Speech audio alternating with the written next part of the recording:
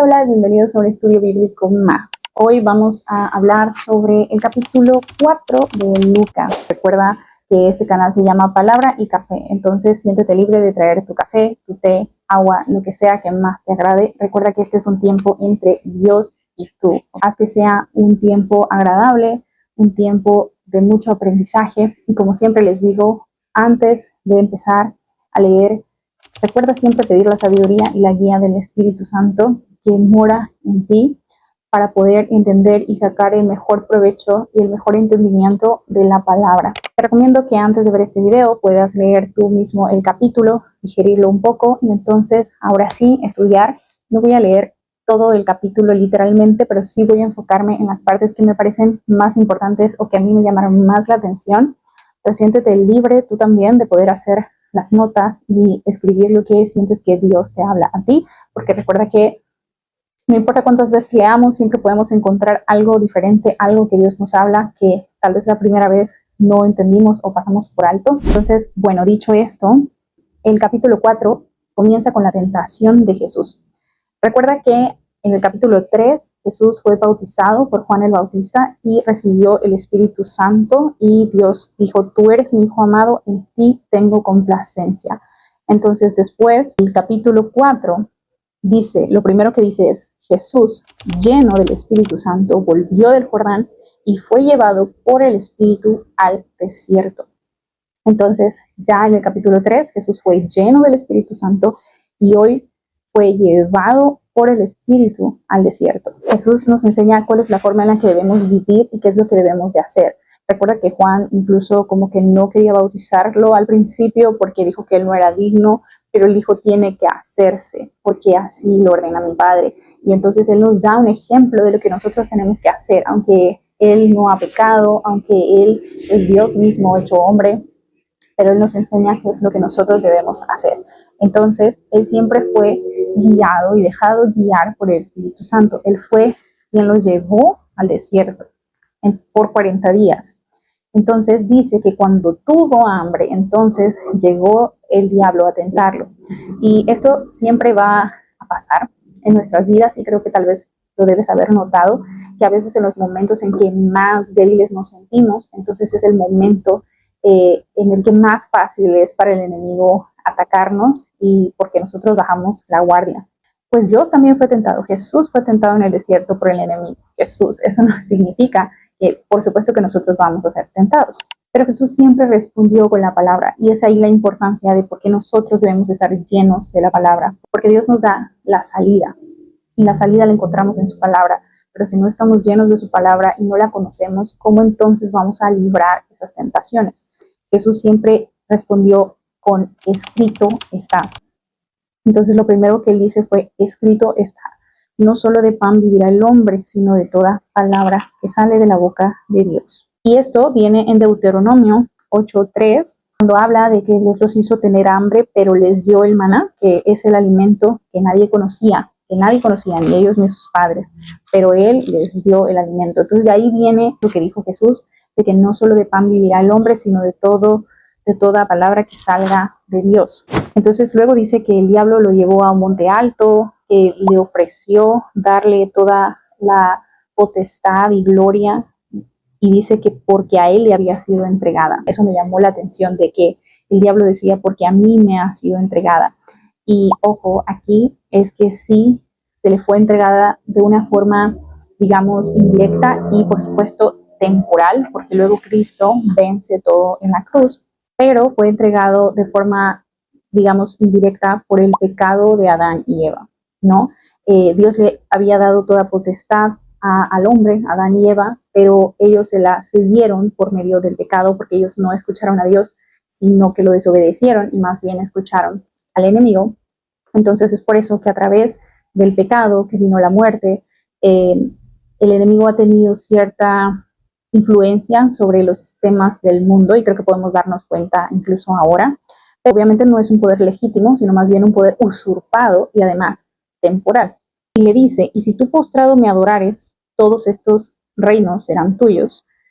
Entonces ahí nos podemos dar cuenta cómo el diablo siempre ofrece todo de forma más fácil, sin sacrificio. Por ejemplo, le está ofreciendo todo el poder a Jesús sin pasar por la cruz, sin pasar por el sufrimiento. Entonces, lo mismo hace con nosotros, ¿no? Él nos ofrece caminos fáciles, caminos sin sufrimiento, caminos sin pruebas, pero un camino que lleva a la muerte, sin duda. Entonces, debemos pedir discernimiento y ser sensibles y pedir a Dios un corazón entendido, un corazón que sea sensible a su voz para no caer en este tipo de tentaciones y seguir siempre el ejemplo de Jesús de contestar con la palabra.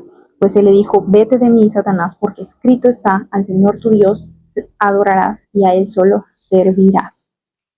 Y después de toda la conversación que hubo ahí y de todo lo que Jesús resistió, dice, cuando el diablo hubo acabado, toda tentación se apartó de él por un tiempo. Entonces esto me recuerda a un versículo que dice, resistan al diablo y él huirá de ustedes. Sin embargo, de aquí dice que se apartó de él por un tiempo.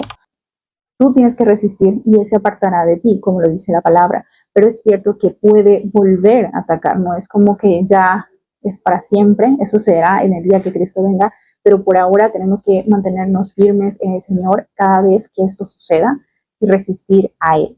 Después dice que Jesús volvió en el poder del Espíritu a Galilea y se difundió su fama por toda la tierra alrededor. Entonces dice que él volvió en el poder del Espíritu a Galilea. Recordemos que él está iniciando su ministerio, inicia su ministerio en Galilea. Y esto nos recuerda que para servir a Dios, primero debemos estar llenos del Espíritu Santo y ser guiados por el poder del Espíritu Santo. Eso es necesario para servirle a Dios en cualquier área que Dios nos ponga para servirle. Y él inicia su ministerio en Galilea, y esto me llama la atención porque dice que Galilea era una región con muchas aldeas judías, pero también había cierta mezcla de culturas y era muy distinta a Jerusalén. Y era ideal para iniciar el ministerio. ¿Por qué? Porque estaba un poco alejado del foco de la élite religiosa, ¿no? Que estaba en Jerusalén, que más adelante claramente también tiene problemas con Jesús, pero eso es después.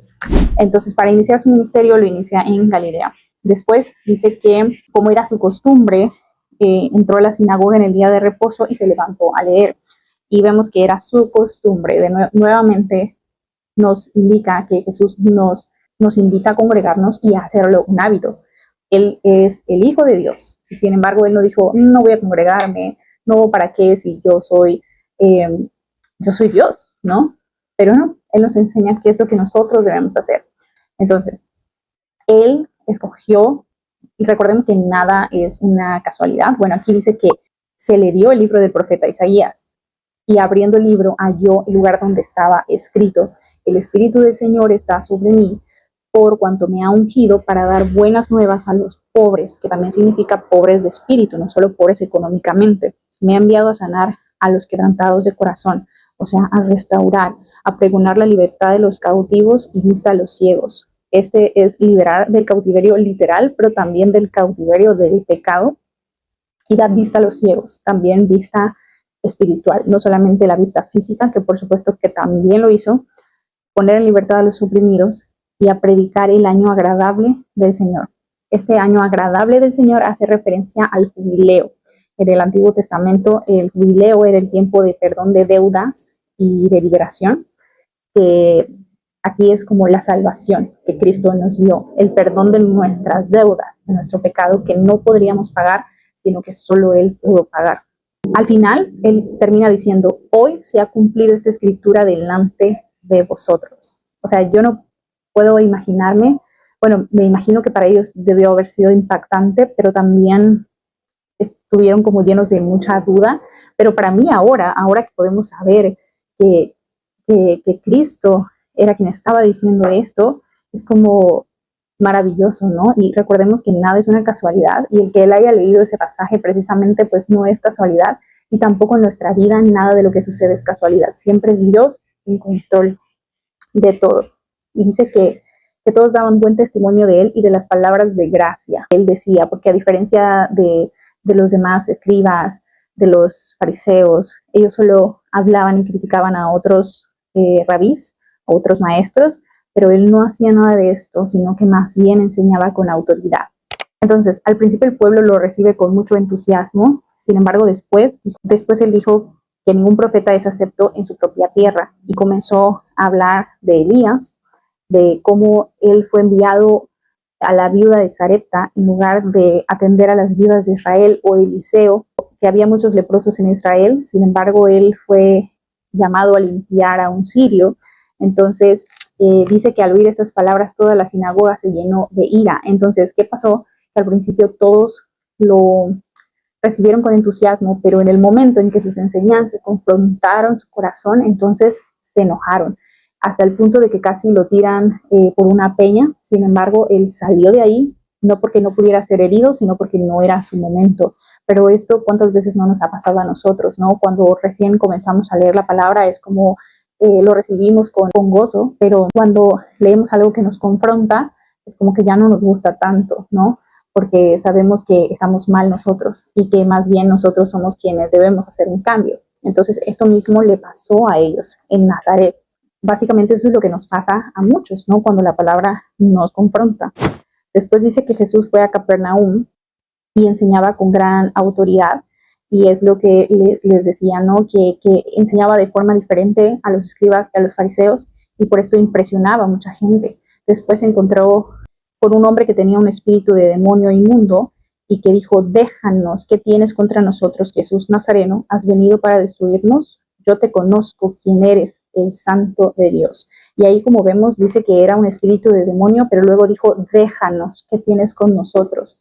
Y esto porque he visto testimonios de exbrujos, de exbrujas, los cuales dicen y tienen mucho conocimiento sobre esta área, ¿verdad? Que dicen que ellos nunca vienen como solos, sino que tienen jerarquías, y un demonio sirve a otro y otro y otro. Entonces, por eso son como legiones. Y también en la palabra podemos ver cuando Jesús también libera a un endemoniado, al endemoniado gadareno, vemos que dice que se llama legión porque son muchos. Entonces, hay que tener cuidado, porque justo cuando abrimos puertas al pecado, abrimos puertas a este tipo de espíritus, ¿no? Entonces, aquí sí podemos ver también, él dice: yo te conozco, quién eres, el Santo de Dios. Entonces, recordemos que hasta los demonios saben quién es Cristo. Ellos saben y conocen incluso su destino final, porque ellos dicen: has venido para destruirnos. Ellos saben que ese es el final de ellos, pero pensaban: todavía no es el tiempo, ¿no? Entonces, recordemos que eso nos hace un llamado a no ser tibios, sino más bien a dar todo lo mejor de nosotros para servir a Cristo y para conocerle cada día más, porque recordemos que esa es la vida eterna, ¿no? Conocerlo a Él, que es el Dios, el único Dios, y a Jesucristo. Bueno, después dice que Jesús le reprendió y le dijo: cállate y sal de él. Obviamente ellos le obedecen. Él salió de él y no le hizo ningún daño. Dice que su fama se comenzaba a difundir. Luego habla de la suegra de Pedro, que Jesús sana. Dice que ella tenía fiebre y él reprendió la fiebre y la fiebre la dejó, e inmediatamente ella les sirvió.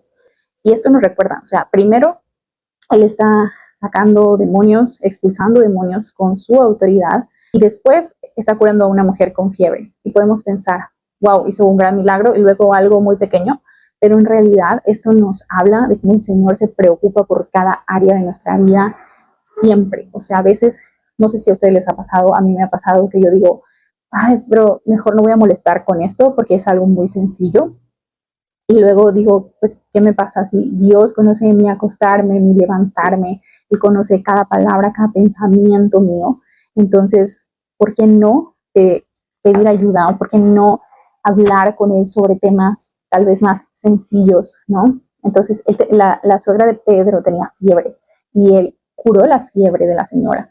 Y lo importante también es que hizo ella. Inmediatamente después fue agradecida y comenzó a servirle. Entonces, no tengamos miedo, o más bien no pensemos que Dios no se fija en los pequeños detalles de nuestra vida, porque se fija en absolutamente cada detalle. Entonces, inclúyelo en cada área de tu vida, en cada parte de tu vida, que Él siempre está pendiente de nosotros.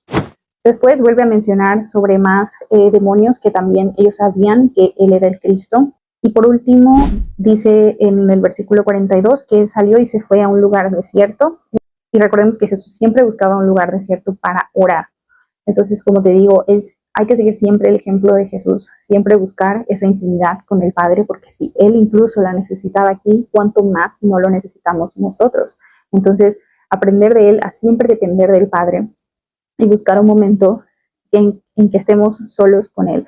Y está bien convivir y sobre todo rodearnos de gente que busque el mismo propósito y que busque a Cristo, pero siempre hay un tiempo para la intimidad con Dios, solo Él y nosotros. Entonces, seguir ese ejemplo.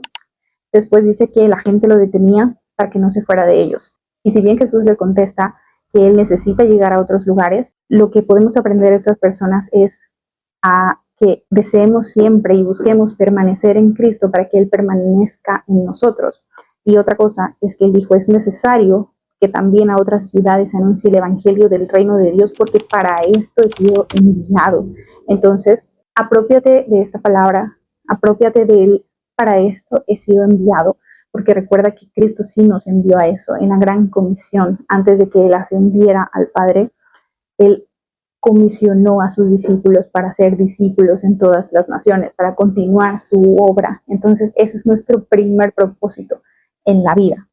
Entonces, aduéñate de esa palabra y recuérdala todos los días. Para esto he sido enviado. No significa que no vamos a hacer otras tareas, pero significa que en cada área y en cada parte donde Dios nos ponga, trabajo, escuela, lo que sea, podemos hacer este trabajo de anunciar el evangelio del reino de Dios, de Cristo. Eso fue todo por el capítulo de hoy. Espero que hayas podido obtener lo mejor, hayas podido aprender lo más posible, hayas podido tener un momento especial con el Señor y que puedas guardarlo en tu corazón y pedirle a Dios que sea Él transformándote mientras lees su palabra, que la palabra caiga en buena tierra, que escriba su palabra en tu corazón y que la hable a ti todos los días. Entonces, espero que te vaya muy bien, que Dios te bendiga y nos vemos en el próximo capítulo. Adiós.